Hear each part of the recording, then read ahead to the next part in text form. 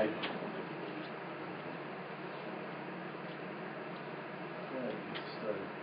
Good afternoon. I'm Chief Brian Nagel, City of Auburn Police Department. To my left is Captain Dave Ralph in charge of the Detective Bureau.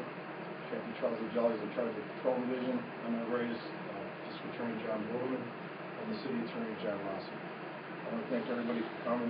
I've asked you here to fill you in on the investigations revealed so far on the events of February 15, 2014 on Barber Street. We're near the conclusion of our criminal investigation, and we'll soon be turning it over to the district attorney for review. Prepared to read the statement after we want to look at it.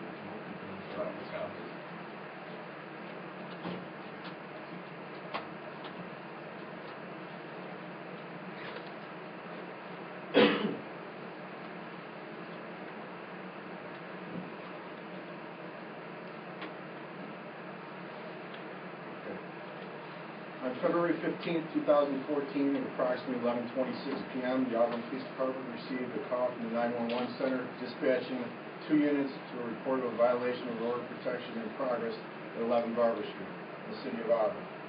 911 also advised that the suspect, Jeffrey Harris, was still banging on the doors at 11 Barber Street and informed the officers that there was an active stay-away order of protection and an active warrant of arrest.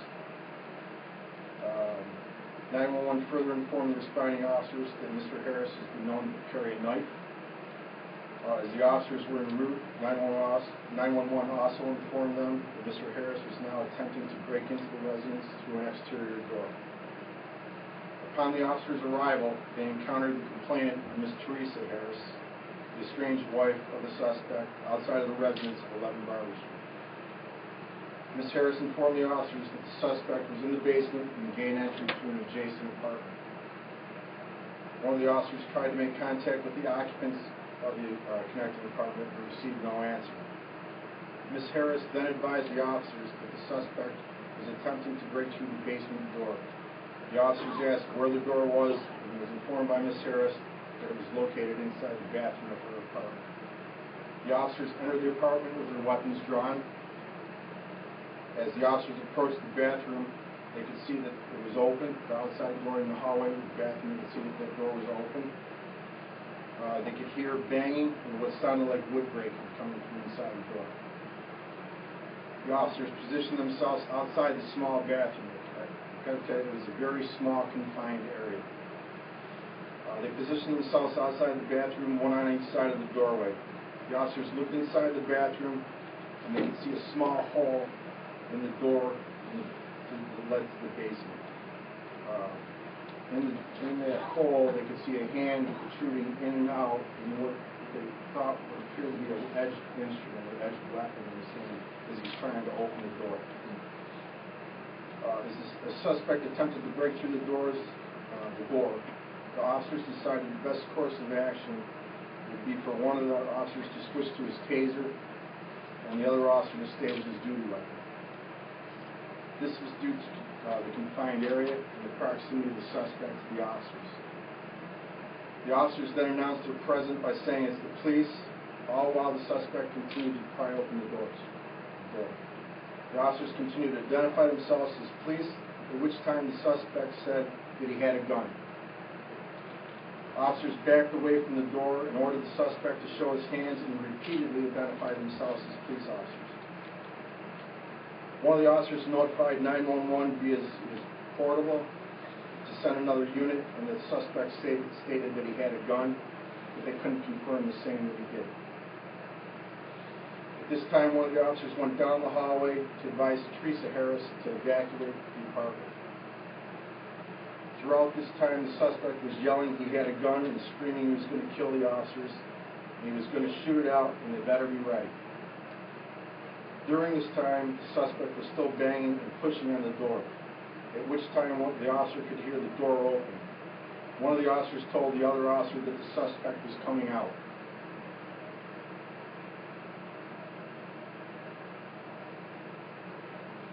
And he moved to the opposite side of the door for better view. So when he said he's coming out, he was on one side of the door, he moved to the opposite side so he had a better view. At this time, he moved away and down the hall. So when he moved, they looked inside the bathroom. He could see the suspect, he could identify him, and he saw something in his hand which was silver in nature, but he couldn't make out exactly what it was. When he moved to the opposite side of the hall, the suspect then immediately exited the bathroom and turned toward one of the officers.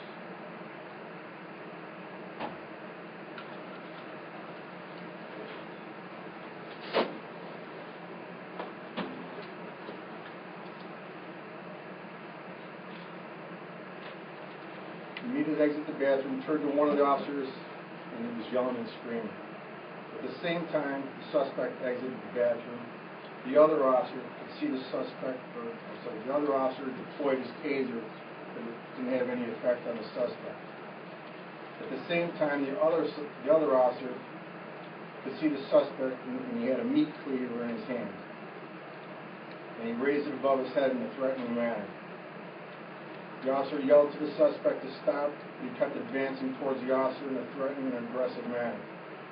At this point, the officer had no place to go to distance himself because he was near the end of a hallway with a dark room behind him that was very dimly lit.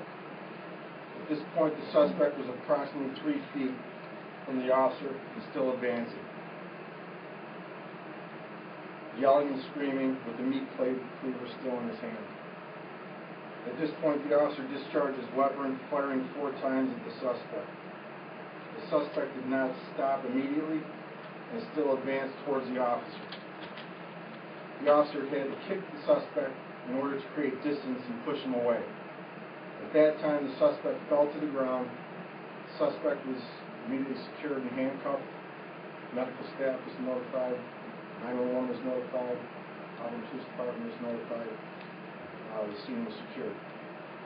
In accordance with the Auburn Police Department policy and procedures, officers were placed on administrative leave and their names will not be released for 72 hours. I will tell you this about the officers. In 10 years plus and 14 years veterans, both officers have been and are in good standing with the department. At this time, all indications are that the officers acted properly and did what was necessary given the circumstances that were presented to them. So I'll just open up to questions if you have some questions. Did he have a gun? Pardon me? He was threatening to have a gun, He had a meat but cleaver. he only had the meat cleaver. Okay. And when he was threatening the gun, was he still behind the door so the officers weren't able to see him? When he said he had a gun, he was behind the door. Okay.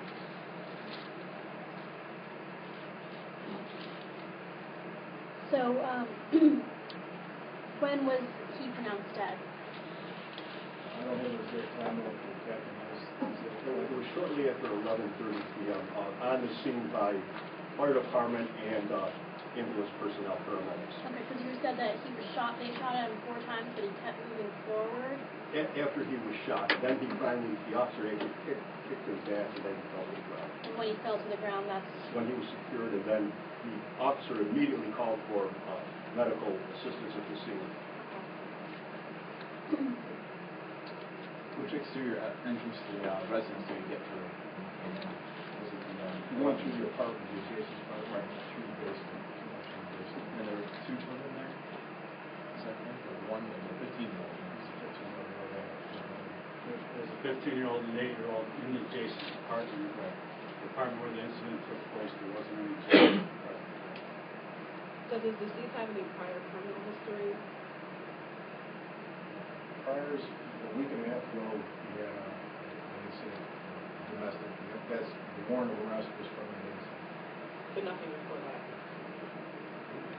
I'm familiar with his criminal history. As part of the investigation, we had to go into his criminal history. He has several misdemeanor convictions. He did have a felony conviction out of state. He did serve time in state prison outside of New York State. He had about 15 arrests in that time.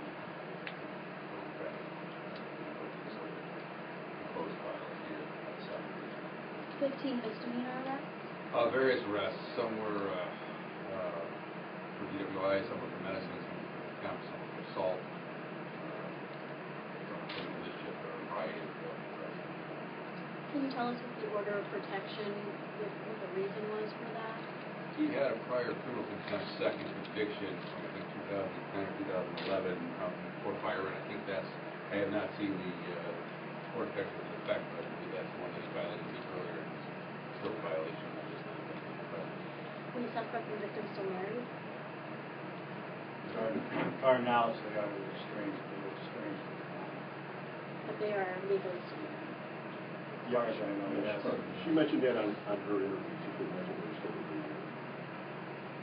Chief, could you expand on how, I know you touched on it, but it's a very tense situation, these things happen very quickly, the officers are making the right decision, split-second decision. Can you just talk about what the officers are sort of going through in a situation like that?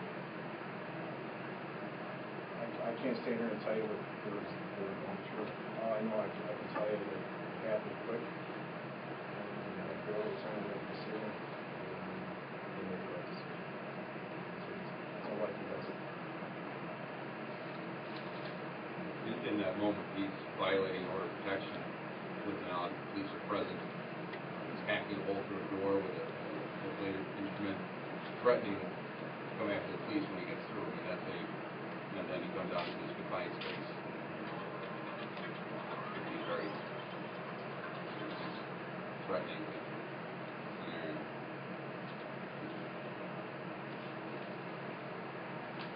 You mentioned that he had earlier said that he had a gun. Did you say that you ended up that he did have a gun on this person, or was he was just saying that? He said he had a gun. But nothing was ever found?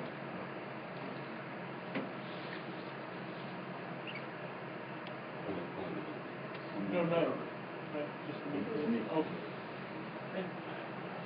And I grew up on a farm, so I know what a meat cleaver is, but I don't know how big, because I've seen meat cleavers that are like small little things that my grandmother would use to pound her hamburger, and I've seen meat cleavers that you could It's not a meat tenderizer, it's a meat cleaver.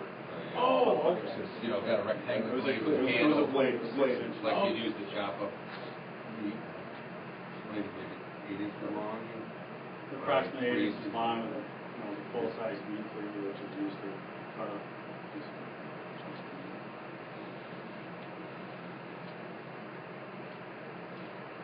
Here's he brought it. I don't speak out of turn, but it was not from the apartment that he entered through. And he hadn't gotten to any kitchen in this apartment yet, so here's his place. We determined that he brought it from another residence. So he had an intent to have it on his person when he entered the apartment.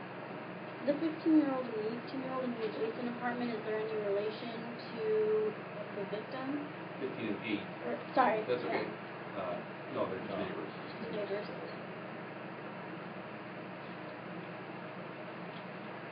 Did you ever determine who their guardians were? The 15 and 8-year-old? 15 and 8. Well, she wasn't home. She was out.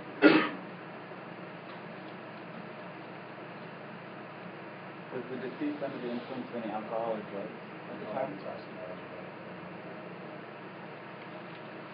One of the steps we're waiting on is that exam report.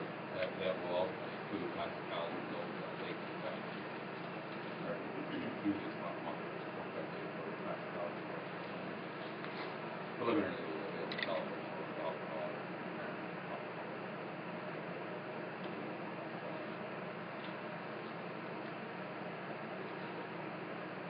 And 72 hours from when was it took place?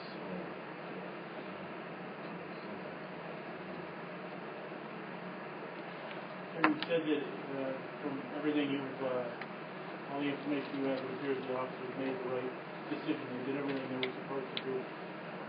Are you concerned at all that the way the public will view this incident won't, for example, the public often views these things very narrowly, and they don't know what law enforcement knows in terms of use of force situations. Are you concerned that the public might misconstrue this at all?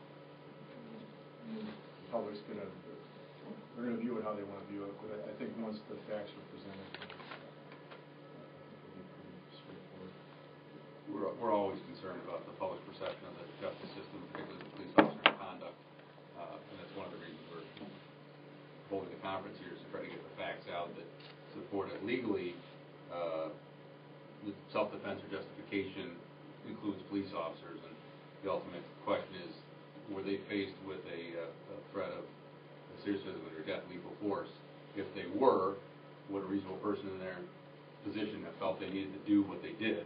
And I anyone that's been in the hallway that imagines this person hacking through the door with a knife, saying, "I've got a gun, I'm going to kill you," coming through and then coming at them in the hallway in that position would do exactly what these officers had done, and I think on the circumstances had to do. So that's sort of the message and the question of what to do moving forward to ensure that the public remains confident in the justice system, and that it's been fairly and properly reviewed is the next step. Once the investigation is turned over, then I've got to review it and determine what to do. We may put it into the grand jury as a third look, if you will. In other words, police department's going to do their investigation, which is nearly complete now. I'm going to review their investigation and do anything I need to, and then potentially we could put it into the grand jury and let the community decide whether they agree with the police officers' actions or think they should have done something differently. Although, again, having been in that hallway, I can tell you that was a very tight space, and I don't think there's much choice given what we know at the moment. How long have they been separated? I've got contempts going back to 2010, 2011. I don't know if they were separated then or not. I know there were order protections in effect already at that point. As the chief noted, he's been known to carry a knife. At least one of those contempts, he had a pocket knife that he displayed but did not threaten his estranged wife or his wife with at that time. So it was not unusual that he had a knife with him on this date also. How are the officers doing, considering that? They're doing as good as we expected. We've got people, we're checking on them, probably almost hourly. If somebody call them, we put them in touch with the crisis counselors. So we're looking after them as best we can. And we're also extending it, out to their family, their wives, etc. Because they're part of the family too. There are basically two reasons for the policy. One is so that the officer has a chance to address it and deal with it. The other is to make sure the investigation is concluded before too much else happens outside of the investigation. And so they're mindful of that. We also obviously our sympathies go out to the victims, Mr. Harris's family, deceased family, because obviously they're dealing with this loss as well. When's the last time an officer from this department has had to use lethal force? I remember there was a time probably back, it's over 25 years ago, I remember there was another incident back in, I believe, 2010 where what was discharged during a search warrant, I believe. It was back in the late 80s, there was another one. In 2010, there was nobody shot. It was an individual coming at an officer with a knife during execution of search warrant. Fortunately, the bullets didn't hit him, and they didn't need to fire again. So the last time that the suspect was shot and killed was in the 80s? No, in the 80s he wasn't killed, he was wounded. Okay, so the last time a suspect was actually shot was like 25 years ago? Right.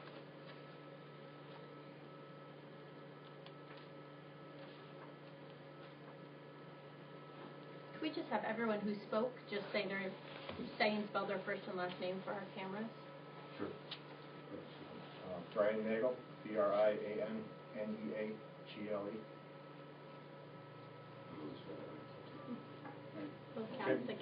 David Del Favro, DAVIDDEL, capital FAVERO.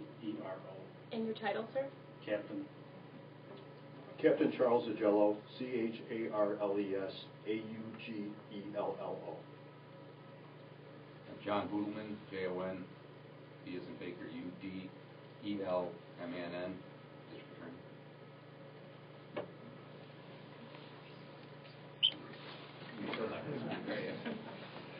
If anyone wants a card, I got a card if you need to call it.